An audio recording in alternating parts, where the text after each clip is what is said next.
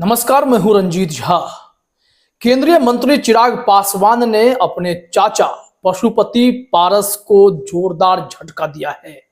ऐसे में इस वक्त खबर बिहार से आ रही है, जहां भवन निर्माण विभाग ने यह आदेश दिया है कि एक सप्ताह के भीतर उनके चाचा रालोजपा वाले, क्योंकि पार्टी में टूट के बाद उनके पार्टी का नाम रालोजपा पड़ा था, रालोजपा वाले पशुपति पारस पटना वाला दफ्तर खाली कर दें।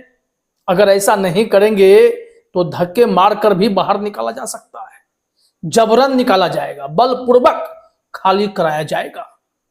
और यह रिपोर्ट जैसे ही फैली है, उसके बाद सवाल यह भी उठा है कि नीतीश कुमार इस बार किसका साथ देंगे। चूंकि चिराग पासवान ने कहा है कि हम तो अब की बार बिहार विधानसभा का चुनाव नीतीश कुमार के नेतृत्व में ही लड़ेंगे। सूझबूझ का परिचय भी चिराग पासवान दे रहे हैं, क्योंकि बागी होकर भला नहीं होता है। और पेशेंस उन्होंने किस हद तक दिखाया वो आप तब समझ सकते हैं जब 2021 में चिराग पासवान की पार्टी में बड़ी टूट हुई, परिवार भी बिखरा और चाचा पशुपति पारस ने खूब बयानबाजी भी की। यह वो दौर था जब चिराग पासवान से दिल्ली में उनके पिताजी को जो आवंटित हुआ था बंगला, लंबे समय तक वहां रहे थे, उस बंगला को खाली करवाया गया। उनके घर के सामान तक फेंक दिए गए, तस्वीरें फेंकी गई, रामविलास जी की थी, अंबेडकर साहब की थी। अधिकारियों के इस रवैये पर चिराग पासवान काफी आहत हुए थे, मीडिया में भी उन्होंने बातें रखी थी। लेकिन इस पर उनके चाचा ने कहा था कि पॉलिटिकल माइलेज लेने के लिए चिराग पासवान ऐसा बयान इसलिए दे रहे हैं क्योंकि वो सारे इंपॉर्टेंट सामान खुद लेकर चले गए थे माँ बेटे, और वो थोड़े बहुत सामान जानबूझकर फेंक गए थे ताकि इस पर सियासत हो सके।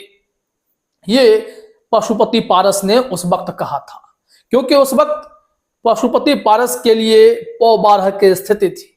भाजपा ने ही उनका साथ भी दिया, नीतीश कुमार के भी साथ वो थे। चिराग पासवान अकेले पड़े हुए थे क्योंकि नीतीश कुमार से उन्होंने बगावत मोल ली थी। पार्टी में टूट, सांसद पशुपति पारस के साथ चले गए। पार्टी पर कब्जा विवाद का जो सिस्टम था, वहां खैर चुनाव आयोग ने सूझबूझ दिखाते हुए दोनों पार्टी को अलग अलग नाम दे दिया था और उस लोजपा जो ओरिजिनल है उसे फ्रीज कर दिया था। खैर ये सारी चीजें महाराष्ट्र में लागू नहीं हो पाई, दो पार्टी में टूट हुई थी, खैर वो दिगर बात है। लेकिन चिराग पासवान के मामले में अब जब खबर आई है तो पशुपति पारस की नींद उड़ी हुई है। उनके पार्टी की तरफ से बयान भी आ रहा है कि यह कृत्य भवन निर्माण विभाग का उचित नहीं है। पहले तो यह न्यूज देख लीजिए, यहां कहा जा रहा है कि पशुपति का बंगला चिराग को मिला, 7 दिन में खाली करने का आदेश है। पूर्व केंद्रीय मंत्री पशुपति पारस की पार्टी रालोजपा को पटना का सरकारी बंगला खाली करना पड़ेगा। यह बंगला पटना एयरपोर्ट के पास स्थित है। भवन निर्माण विभाग ने इसे 7 दिनों के भीतर खाली करने का निर्देश दिया है। अगर तय समय में भवन खाली नहीं किया गया तो सरकार बलपूर्वक इसे खाली कराएगी। इस सरकारी भवन को हाल ही में केंद्रीय मंत्री चिराग पासवान के गुट वाली लोजपा रामविलास को आवंटित किया गया है। अब ऐसे में चिराग पासवान के लिए तो अच्छी खबर है, क्योंकि यह विवाद ऐसा हो गया था कि रालोजपा के पास जब यह सब कुछ था तो वो खाली नहीं कर रहे थे। पटना हाईकोर्ट में भी इस मामले पर सुनवाई चली, लेकिन सुनवाई के बावजूद भी कोई असर हो नहीं रहा था। अब यहां सवाल यह उठता है कि पशुपति पारस क्यों अड़े हुए हैं, जब चिराग पासवान दिल्ली वाला बंगला खाली कर सकते हैं, जहां पर कहा जाता है कि करीब 32 साल तक रामविलास पासवान उस बंगला में रहे थे।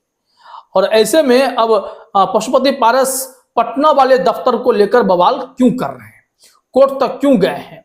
यहां देखिए, कहा जा रहा है कि जब नोटिस मिला रालोजपा को, पशुपति पारस वाली पार्टी को, तो इस पर बयान है, जागरण ने लिखा है कि इस नोटिस के बाद रालोजपा के राष्ट्रीय प्रवक्ता श्रवण कुमार अग्रवाल ने शुक्रवार को पत्रकार सम्मेलन में कहा कि पार्टी राज्य कार्यालय आवास का आवंटन रद्द करना भवन निर्माण विभाग द्वारा नियम संगत नहीं है।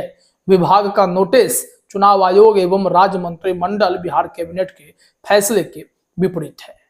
अब इसमें क्या सच्चाई है क्या सच्चाई नहीं है वो तो बाद की बात है, लेकिन जो विवाद है वो विवाद समझना जरूरी है, क्योंकि पासवान परिवार जब तक एकजुट था वो समय रामविलास पासवान का दौर था और रामविलास पासवान परिवार को बांध कर रखना जानते थे। लेकिन रामविलास पासवान के आगे शायद ही उनके परिवार का कोई सदस्य बागी भी होता था। अंदर ही अंदर घुटन हो रही होगी पशुपति पारस को। रामचंद्र पासवान नहीं रहे तो पशुपति पारस और उधर प्रिंस पासवान ये सब एकजुट होकर सांसदों का साथ लेकर किसी खास पार्टी के इशारे पर पार्टी में बड़ी टूट कर दी। लेकिन शाबाशी तो चिराग पासवान को मिलनी चाहिए कि इन सब के बावजूद पार्टी को संभालना, फिर से शून्य से खड़ा कर देना और 100% स्ट्राइक रेट के साथ लोकसभा में सांसदों को भेज देना, यह बहुत बड़ी उपलब्धि थी। नरेंद्र मोदी प्रभावित हैं और उन्होंने कहा कि यह चिराग पासवान बहुत अच्छा पॉलिटिक्स भी कर रहे हैं। ऐसे में अब पशुपति पारस जहां दिल्ली से बेदखल हुए, बिहार में कोई अस्तित्व नहीं रहा और अब जो उनका रहा सहा एक दफ्तर था जिसमें वो बैठकर ऑफिस वर्क देखते होंगे, वो भी अब इनसे छीना जा रहा है। एक सप्ताह के भीतर अगर वो खाली नहीं करते हैं तो फिर उन्हें भी बलपूर्वक बाहर करने की जो आदेश है उसका पालन करना पड़ेगा। समय सबका आता है, समय किसी का बलवान होता है और किसी का कमजोर पड़ जाता है। चिराग ने संघर्ष किया तो फल मिला। पशुपति पारस उम्र के उस पड़ाव पर हैं जहां पर संघर्ष शायद ना करें क्योंकि कभी आदत रही नहीं। बड़े भाई की बनाई हुई इस सियासत में ही उन्होंने अपने पैर रखा और कभी कभार ही अगर देखा जाए तो पशुपति पारस चुनाव जीतने वालों में रहे, अन्यथा वो किसी न किसी रूप में अपने भाई के जरिए फलित होते रहे और अब उनका करियर भी दांव पर लगा हुआ है और रालोजपा का भी अस्तित्व खत्म होता दिखाई पड़ता है। फिलहाल इस वीडियो में इतना ही। आप सभी का हमसे जुड़ने के लिए बहुत बहुत धन्यवाद।